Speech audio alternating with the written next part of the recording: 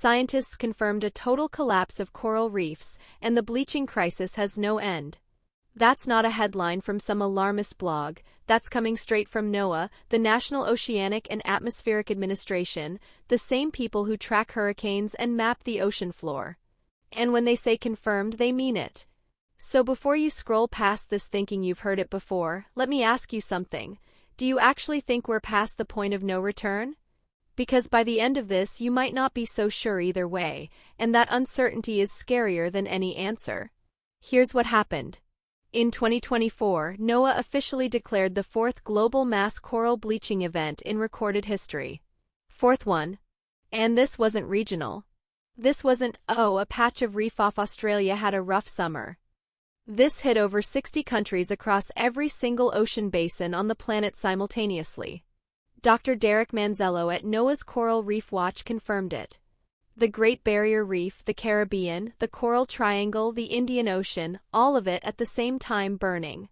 Now before I go deeper, if this is hitting different than you expected, hit that like button right now, because this is one of those things nobody's actually explaining the way it deserves, and I want more people to see it.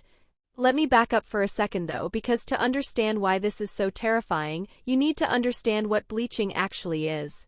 And it's not what most people think. Corals aren't just rocks covered in pretty colors. They're alive. Incredibly alive. Inside their tissue they host these microscopic algae called zooxanthellae, and this relationship is basically everything. The algae photosynthesize, produce food, give the coral its color. The coral gives the algae a home. That's the deal. That's been the deal for millions of years. But when ocean temperatures spike even 1 or 2 degrees above normal, and I mean just 1 or 2, the coral panics. It literally ejects the algae from its own body. The reef turns white. Bone white. And here's the part that gets me every time I think about it, the coral isn't dead yet at that point. It's starving. It bleached because it was stressed, and now it's sitting there, white and hollow, surviving on reserves, waiting for the temperature to drop so the algae can come back. If the heat breaks in time, some corals recover. But if it doesn't, and this is where 2023 and 2024 changed everything, they die. Slowly. And nobody's talking about how slow it is. In 2023, water temperatures off the Florida Keys hit around 101 degrees Fahrenheit. Let that sit for a second. That's hot tub water. Scientists were pulling thermometer readings and genuinely couldn't believe what they were documenting. Shallow reefs saw near total bleaching almost overnight. Fish that had lived on those reefs for years were just gone, displaced, because the entire structure of their habitat was collapsing underneath them. And Florida wasn't the exception, it was just the one with the most cameras on it. The Great Barrier Reef has now experienced 6 mass bleaching events since 1998. 6. And in that time, roughly half of its coral cover has disappeared. The Caribbean has lost around 80% of its coral since the 1970s. I'm not making those numbers dramatic, I'm not adding anything to them, because they don't need it. 80% gone in 50 years. That's not a slow decline. That's a collapse happening in real time, just underwater where most people never look. Now here's where it gets into territory that I genuinely find disturbing, and I think this is the part nobody's talking about properly. Reefs have always bleached. Even before climate change was accelerating, a strong El Niño could spike ocean temps and cause regional bleaching. The difference, and this is the part that broke scientists' optimism around 2022-2023, is the recovery window. After a bleaching event, a reef needs roughly 10 years of stable, cooler conditions to meaningfully recover. 10 years of nothing going wrong. And what's happening now is that the gaps between mass bleaching events are shrinking so fast that reefs are bleaching again before they've finished recovering from the last one. They're not getting their 10 years anymore. They're getting 2. Maybe 3. Sometimes less. And a reef that's already weakened, already stressed, already depleted, it doesn't survive the next hit the way a healthy reef would. This is why NOAA used the word they used. Confirmed. Not projected. Not modeled. Confirmed. Because the data isn't pointing toward a future crisis anymore. The crisis is the present tense. And the scale of what's at stake goes so far beyond just the reefs themselves. About 25% of all marine life depends on coral reefs at some point in their life cycle. 25% of the entire ocean's biodiversity concentrated on reefs that cover less than 1% of the ocean floor. Around 500 million people globally depend on those reefs directly, for food, for income, for coastal protection. The economic value of healthy coral reef ecosystems is estimated somewhere around $375 billion annually.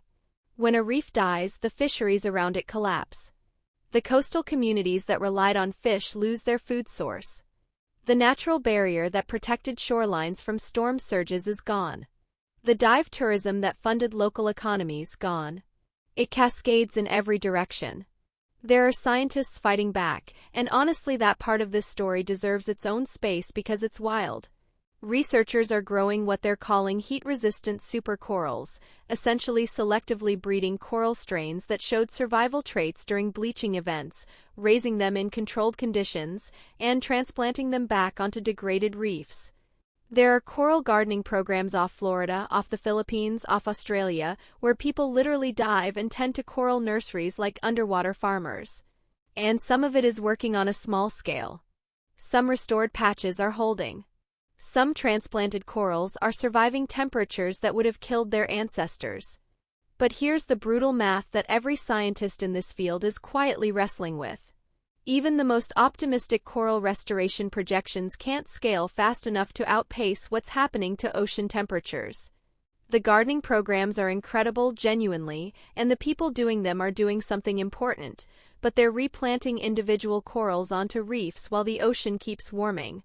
It's like patching a roof during a storm that isn't stopping. You patch, the storm continues, you patch somewhere else, and the first patch is already leaking again.